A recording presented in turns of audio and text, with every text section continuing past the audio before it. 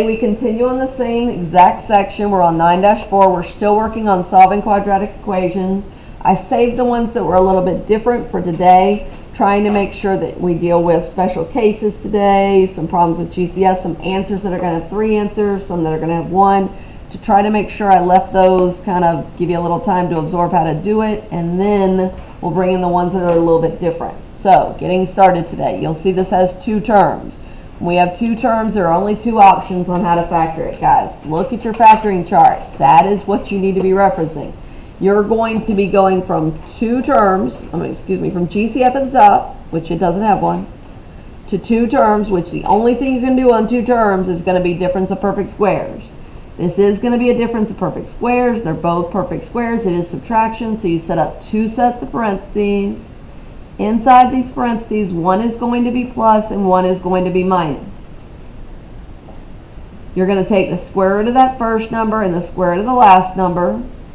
What is the square root of 25x to the second? 5x. That 5x is going to go at the beginning of each one of those parentheses. What is the square root of 4? That goes at the back of each parentheses. There you go. Now, to get the answers to this, you are going to go underneath, just like we did yesterday. This part's exactly the same. The opposite of 2 is going to be -2.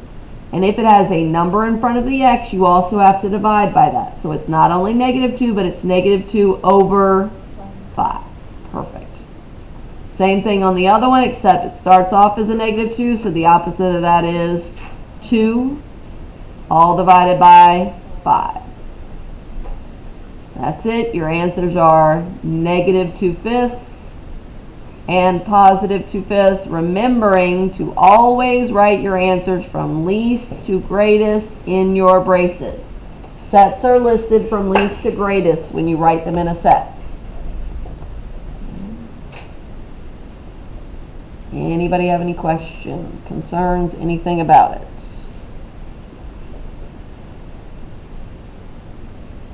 You're going to see GCF again. Let's take a look at it. Difference of perfect squares again, but now we've got a GCF involved. So let's take a look at this one. Here we go. First things first, what do you notice that it's not equal to? It's not equal to 0. If it's not equal to 0, you can't do anything. So -3y, get it to the other side. Again, these are not like terms, so we're not putting them together.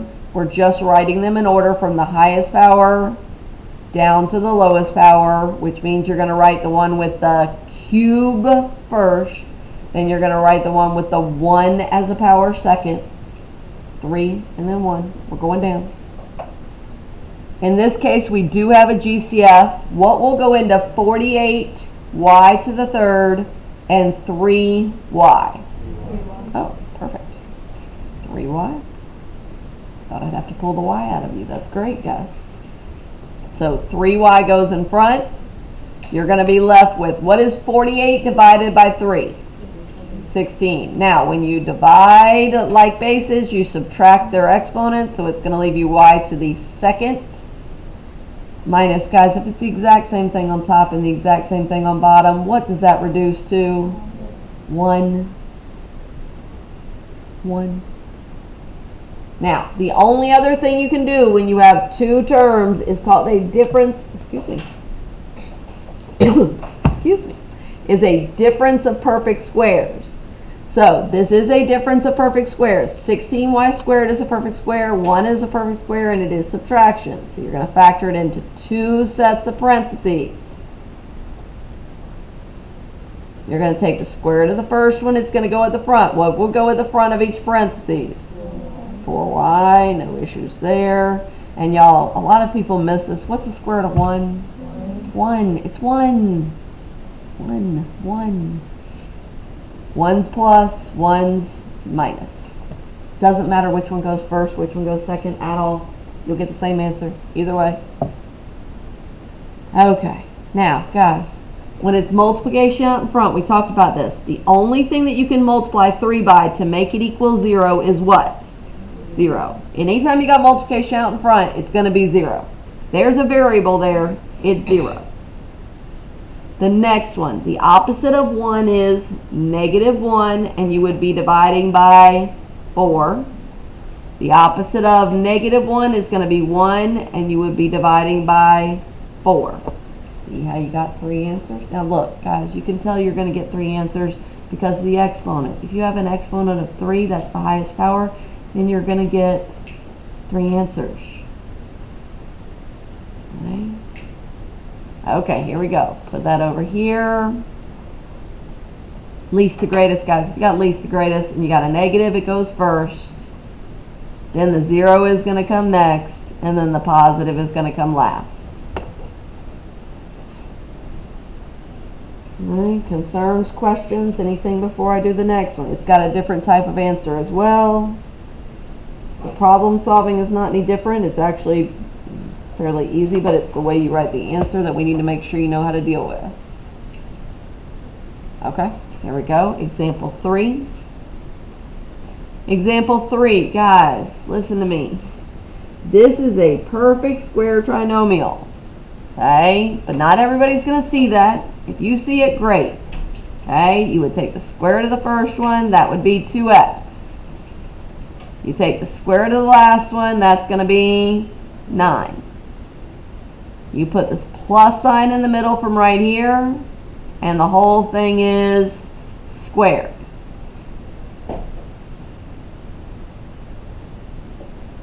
You have to check it by multiplying 2 times 2x times 9. Does 2 times 2x times 9 equal 36x? Yes, so it's good. Now guys, this is different, but it's easy. Don't let this turn into a big deal. Guys, to get rid of a square, what is the opposite of squaring something? Someone said it, but I don't know where it came from. What'd you say it? Rooting it? Yeah, what's it called? It's a square root. That's the rooting. I've never heard that. I like that. Rooting it. Square rooting it is correct. Guys, the opposite of squaring something is taking the square root. So we are going to take the square root of both sides of this. Basically, all squaring a square root does, and we did this when we did rational exponents, these two are basically going to cancel each other out. Because, guys, what's 2 divided by 2? What's 2 divided by 2? 1. That's what the power is. When you have a power and a base, the 2 that's on this square root and this 2 are going to reduce down to 1. They basically cancel each other out. So you're left with just 2x plus 9 equals 0, because the square root of 0 is 0. Okay, guys, here we go. From there, you're going to solve this. In order to solve this, you are going to subtract 9, subtract 9. Now, guys, do you need to do all that? Do we show that work anymore? No, guys, you can just do this. What is the opposite of positive 9? Negative 9 divided by what? 2. Therein. You don't have to write all that. Remember, you can skip to there. I'm telling you, we built up to where we don't need to show all that work anymore. Now, if you show it, am I going to take off? No. But if you can, get rid of it. Now, look, I'm going to do this also the long way because I want you to see this. Notice I only have one answer. I really actually have 2. I'll show you why we have 2. It's just not written 2 in the answer blank. I'm going to do it the long way. I'm going to put it over here. You do not have to write this unless you're somebody that doesn't recognize the perfect square trinomial and you want to make sure you have the other option down. But you can also do this the long way. The numbers are big. They are. But it is something you can do. You can do this just by doing a hard diamond. You could multiply the 4 times the 81. Grab your calculators, multiply that for me. I don't know what that is by heart. 324. And it's going to have 36 on the bottom. Now, I need them only 36 apart, so I need to know, try dividing that by like 15. It's 324 divided by 15. I'm just guessing somewhere. Okay, so 15 and 21 point something. 18. What? 18 and 18? Oh, okay. She found it already. 18 and 18 because 18 and 18 adds up to 36. There we go. 18 and 18. And I knew they had to be the same number already because I knew it was going to factor out to the same exact answer, but you wouldn't know that ahead of time. So that's going to give me 4x at the front of each parentheses. At the back, it's going to be these. It's going to be plus 18 and plus 18. Guys, what GCF will go into all of that? 2. 2 will go into all of it. That's going to leave you 2x plus 9 times 2x plus 9 equals 0. But guys, look, it's the exact same thing as here, right? What's the opposite of positive 9? That's negative 9 divided by 2. What's the opposite of positive 9? That's negative 9 divided by 2. Right? Why do you only write it once? Because you don't repeat things. You don't repeat elements in a set. So it's just negative 9 over 2. It's the exact same answer. You only write it once in your set. Right? Do you have to do it this way? No. Do you have to do it this way? No. You can do either way. Whatever works for you. As long as it is correct algebra. I don't care. Do it whichever way works for you. Look, if you don't need this, great. If you can remember perfect square trinomials, great. You're going to need to know them for Algebra 2, but I'll take the work either way. Okay, guys, let's go on from here. The next one is going to be, are we on the back side of your notes now? Okay. The next one is going to be, where it doesn't equal 0. Okay. Guys, this doesn't happen very often, but if it does happen, I'm going to talk about it. Here we go. So you got the square and got this number over here. It's 36. Okay. Getting rid of a square. To get rid of a square, what do we say you do? Square root. So we're going to take the square root of both sides. This is going to be a little different though because this cancels and you just get b minus 7, but it's equal to what? 6. Square root of 36 is? 6. It's actually not just 6. Guys, what's 6 times 6? What is negative 6 times negative 6? 36. Guys, when you take the square root of a number, you actually get a positive case and a negative case. That's why the quadratic formula has a positive case and a negative case, because the square root of a number can be either one. So because of that, when you write this, the square root of 36, when you're solving this, needs to be positive or negative 6. So you're actually going to have two cases. You're going to have b minus 7 equals 6. And you're also going to have b minus 7 equals negative 6. Just get to there. I want to make sure everybody's with us at that point. When you're solving for a number, if you take the square root of a positive number, it's going to give you two cases. That's why the quadratic formula has two cases. We talked about that earlier in the year, but just to make sure we got it. Okay, from there you're going to add 7, add 7, add 7, add 7, and you get b equals 13 for this one. You get b equals 1 for that one. When you write your answers, which one comes first? I get both. 1. 1 is worth less, so it goes first. Now, you won't do that often. If it's equal to a number with a square, that's the only time I would suggest you do that. I would suggest if it has something on the other side, in any other case, that you move it over. The only time I would suggest solving it with the cases would be if it's equal to a number over here with a square on this side. You'll see on the next problem, I get rid of that number on the other side. It makes your life easier. You don't have cases. You don't have to deal with anything. But when you have a square right here, to get rid of it, you have to take the square root, so it's just the easiest approach. Okay, guys. Next one. Wait, anybody still writing? I'm sorry. Okay, here we go. Guys, you see it's equal to a number. We can't solve a quadratic unless it's equal to 0 when we're dealing with setting it up with the quadratic. So it's going to be minus 100 minus 100. It's going to make it y squared plus 12y equal, what's 36 minus 100? Negative 64. Isn't it negative? Yeah, I think it would be negative. Yes. It is 64, but it's just the negative side. Okay, here we go. Diamond it out. Negative 64. Ooh, negative 64 and 12. Guys, people are going to get this one wrong. They're going to get the wrong numbers because they're going to assume something. Be very careful.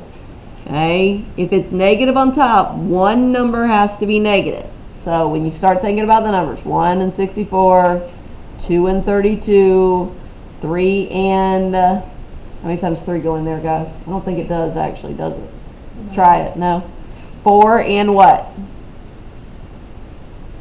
16. 16? Oh, look, 4 and 16. How far apart are 4 and 16? 12 apart. Okay? They're 12 apart. Which one would have to be negative? 4. The 4. So negative 4, positive 16. That's going to make it factor in 2 sets of parentheses. What is going to go at the front of each parentheses? Y. At the back you put these numbers, minus 4 and plus 16. And then the answers are just the opposite. The opposite of that negative 4 is going to be 4. The opposite of that positive 16 is going to be negative 16. We put our answer in braces. The negative number always going first if there's only one of them. If they're both negative, you have to go least to greatest for the negatives. Anybody see anything they need to ask about? Ooh, we got fractions next. And I'm going to let you do the last one your own. I want to tell you how to not do fractions. Good? Okay. Guys, get rid of your fractions. You can do this problem without it. This is a perfect square, this is a perfect square, but this is going to be a nightmare to deal with when you have fractions involved. Just multiply by the denominator and get rid of that. Alright, when you multiply everything by 9, that's going to cancel out the 9 on this one. That's going to leave you 4x squared minus, huh? Okay. 9 times 9 is going to put you at what? 81. And then on the other side, guys, 0 times anything is still going to be 0. Is it still a difference of perfect squares? Yeah, it's still a difference of perfect squares. So we set it up into 2 sets of parentheses. Whenever you have a difference of perfect squares, one is going to be plus, one is, guys, this doesn't go away. This is in our next section and the next. You've got to recognize how to factor 2 terms. GCF, difference of perfect squares. It's not going to go away. You got to be able to do this. Alright? So the square root of 4x squared is going to be 2x. That goes at the front of each parentheses. The square root of 81 is going to be 9. That goes at the back of each parentheses. The opposite of positive 9 is going to be negative 9, and we have to divide by 2. The opposite of negative 9 is going to be 9, and we have to divide by 2. Your answers go in braces. Since you have one negative and one positive, the negative is going to go first, followed by the positive. Okay, guys. Anybody on that one before I send you to do the last one? I want y'all to do it and give me answers. Anybody before you go on to that last one? Okay, guys. Solve the last one. Solve the last one, guys.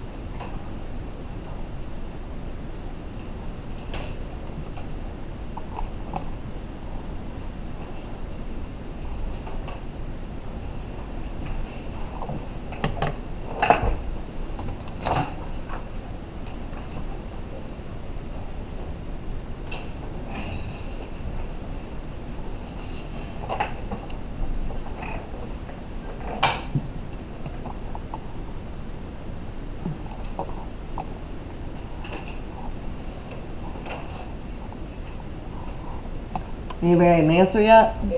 What do you got, guys? Negative 5/8 and 5/8. Do y'all agree? Oh, okay. Let's go. Let me see. Okay, so minus 25 minus 25 is going to make it 64x squared minus 25 equals 0. There's no GCF. It is a difference of perfect squares, so we set up 2 sets of parentheses. In these parentheses, one is going to be plus, one is going to be minus.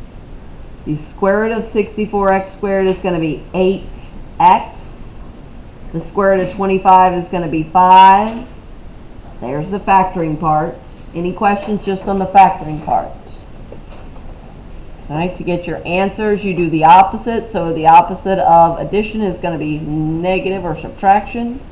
And your opposite of multiplication is going to be division. So it's negative 5/8. The opposite of negative 5 is going to be positive 5. And again, the opposite of multiplication is division. So we divide by 8. That is correct, guys. Nicely done. Okay, that's your notes for today. When you get done, go ahead and take a minute and put that in your folder where they go, and then flip to that homework assignment. Flip to the homework assignment. That homework assignment was the even problems. Even problems. Even problems, guys.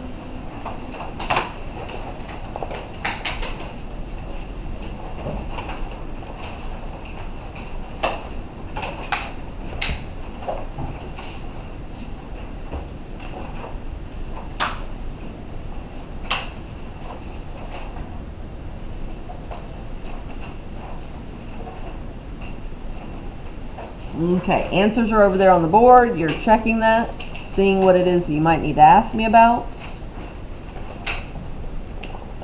About 12 minutes. Okay, yes. 18, and then I saw your hand next. 18, where is 18? We only did evens, right? Okay, where's 18? Okay. On 18, first of all, the 8x is on the wrong side, so we add 8x, add 8x. Doesn't matter what you line it up with because there's no like terms. You just list them in order from the highest power down to the lowest. If I put them in order, this is what they would look like. It would equal 0 then. I would try to factor out a GCF, but there isn't one, so we're going to have to go to a diamond. That diamond is going to have negative, what's 12 times 15? What is it? 480? Big? 180. Okay, I was like, that's big numbers. Okay, 180. And then on the bottom it's 8. Oh, actually the numbers are fairly easy because it'd be 18 and 10. Which one needs to be negative? The 10. 10, 10, 10. So it'd be 12x at the front of each parentheses. And then at the back of each parentheses would be these numbers, the plus 18 and the minus 10. You see something already? Okay. Take out the GCF here. That's going to be 6. That's going to leave you 2x plus 3. On this side, you're taking out a GCF of 2, which is going to leave you 6x minus 5. Okay, that's the factored form, guys. Up till there, does anybody have any specific questions on that factoring?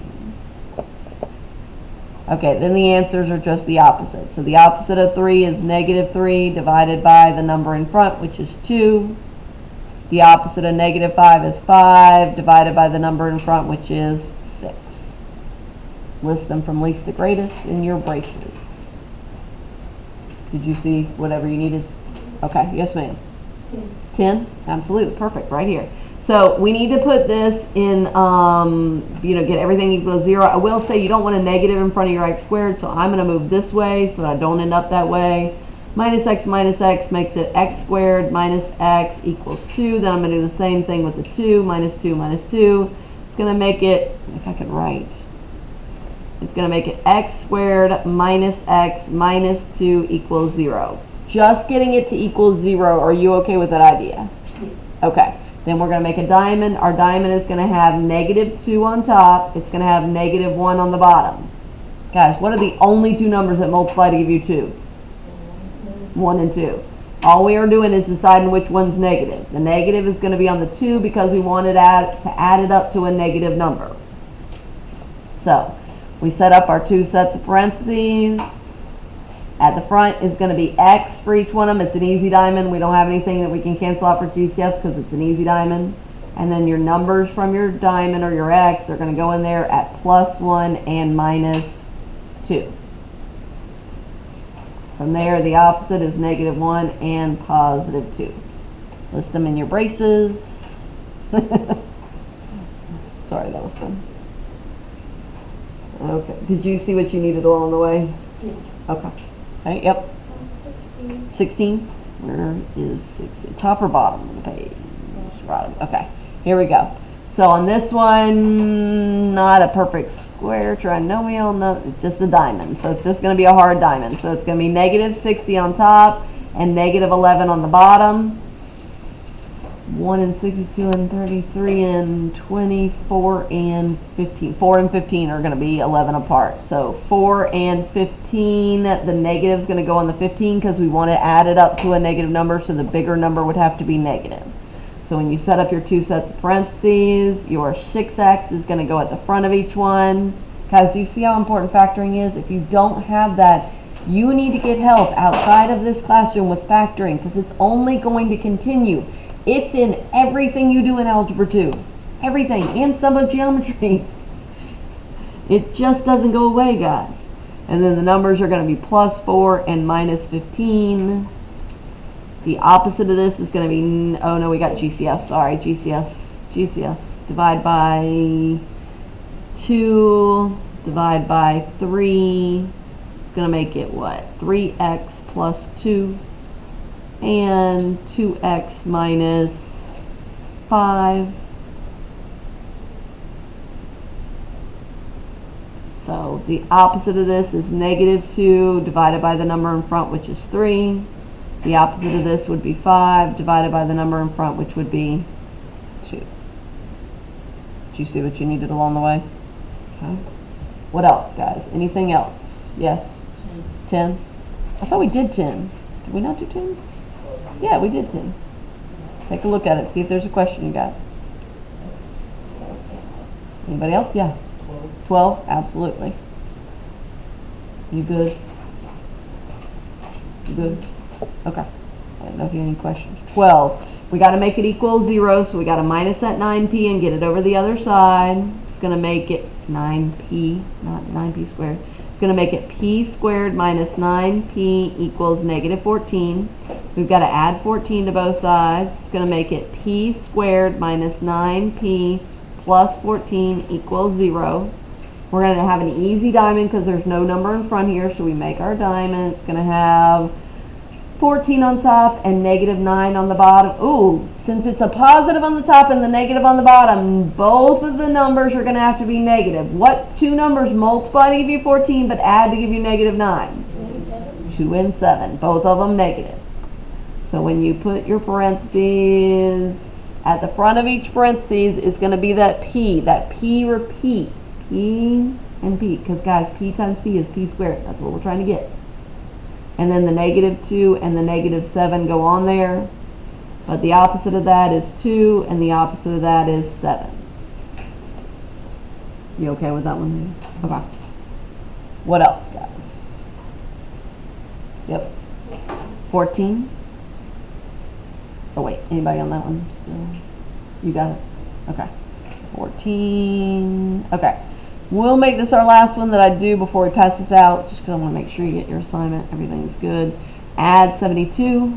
Add 72. It's going to be a squared minus 18a plus 72 equals 0. You're going to factor this with an easy diamond. It's going to be 72 on top and negative 18 on the bottom. So again, it's going to be two negatives. 8 and 9 wouldn't add up to that, so we got to come up with something else. What is it? 12 and 6? Okay, thank you. Sorry, the 12 was what I couldn't hear what you were saying. So 12, yes, perfect. So it'd be a minus 12 and a plus 6 equals 0. Nope, minus 6, I apologize. Minus 6. So the opposite of negative 12 is 12. The opposite of negative 6 is 6. Did you see what you needed? Question? Okay. Okay, guys. Sorry. I'm going to go ahead and get this passed out so you can have it. Guys, listen to me. You got to get your work done. Okay? You got to practice this factoring. I'm going to give this to you. Yes, you're going to have some homework to do. You need to get it done. I'm going to be looking for this when you walk in tomorrow. We're going to collect and do a warm-up. I'll bring it and get it back to you right away. This is what we got to be able to do. Yeah. Okay. That's fine. We have, let me look at what we're doing. I may be able to go ahead and do the worksheet. You look, yeah. You do have everything. Okay. 2, 3, 4. 1, 2,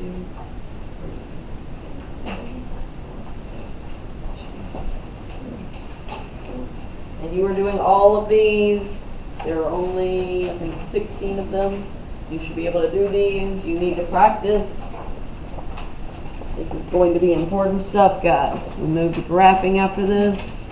There are 3 methods: quadratic formula, factoring, and graphing. And you got to know how to factor, guys, to be able to do this. Okay. What time do we get out? 44? Got a little bit of time. Try a couple, see if you have any questions. What day? Tomorrow? Just tomorrow? No. Just tomorrow? Okay. Let me look and see what we got going. Let me look on the plan book. Okay. Plan book. Algebra.